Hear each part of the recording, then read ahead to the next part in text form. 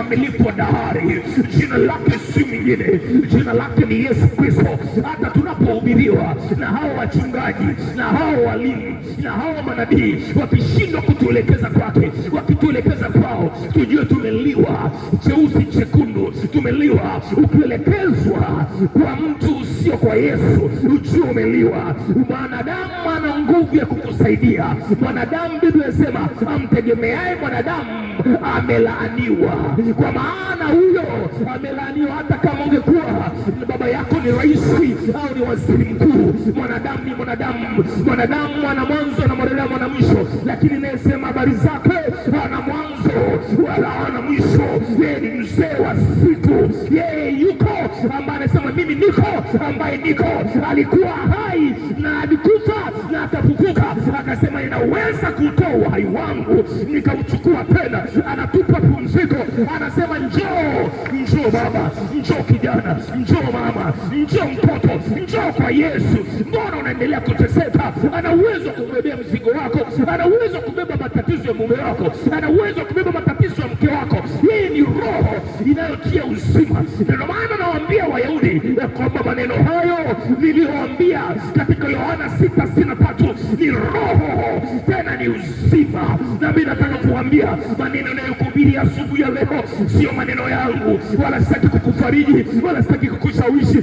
Nataka kuambia maneno hayo ninayokuhubiria ni roho tena ni uzima. Ukiamini maneno haya, ukayaishi maneno haya, utavuka kwenye hilo daraja, utaondoka kwenye hicho kituo kinachoitwa mateso, kituo cha shida. Kwa maana mwanadamu aliyezaliwa na mwanamke, siku zake za kuishi ni chache, nazo zimejaa taabu na shida. Na hiyo miaka 60, hiyo miaka 70, hiyo miaka 80 ni miaka ya taabu na shida.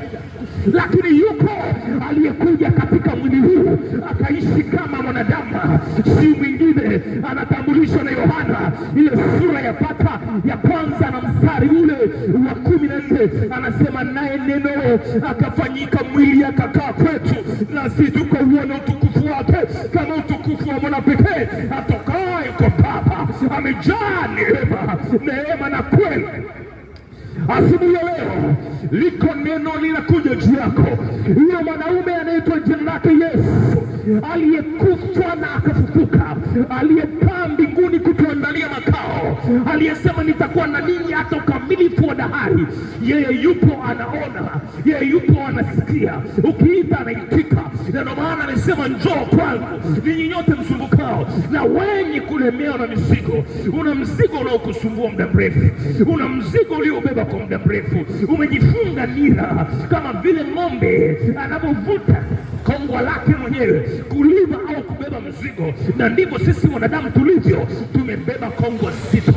Na nataka kuambia kongo tulilobeba linaitwa dhambi, mshahara wa dhambi. Nataka kuambia ni mauti, na karama ya Mungu ni uzima wa milele. Leo tu wa kongo lilonalo, anza na Mungu, anza na Mungu. Badilisha muonekano na mtembeo wa maisha yako, kwa maana siku za mwanadamu zinahesabika. The days of the human being under the world is numbered. Kila siku tunapoishi ni kama vile gari linaposafiri kutoka kituo kimoja kwenda kingine. Nataka kukuambia kila mwanzo wa safari yoyote una mwisho wake. Kila mwanadamu anapozaliwa ujue kuna siku moja lazima atakufa. Na hizi habari wanadamu wengi hatutamani kuzisikia. Tunatamani kusikia tu tunaishi, tutafanikiwa, tutajenga, tutaendesha, tutaendelea kwenda mbele, lakini hatutamani kusikia kwamba siku moja tumezaliwa na siku moja tutakufa, na tutapokufa tutatoa hesabu ya maisha yetu, kwa maana hiyo wakati wa kufa ndio hukumu. Ndio maana Biblia inasema hivi, heri wafu wafao katika Bwana wapate kupumzika, maana matendo yao yanafuatana nao. Kwa nini wapate kupumzika? Kwa sababu wakati wanaishi walikuwa tayari kwenye matatizo na shida, lakini wanapokufa katika Bwana wanapata pumziko. Unapompokea Yesu Kristo leo, maana yake unakubali kutembea na pumziko. Unapokufa unaendelea kuwa na pumziko. Lakini wako wafu wafao sio katika Bwana wameteseka duniani na wanateseka wanakokwenda.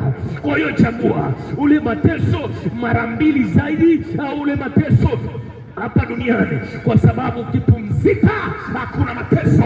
Ndio maana Yesu anasema ya kwamba njooni kwangu ninyi nyote msumbukao na wenye kulemewa na mizigo, nami nitawapumzisha.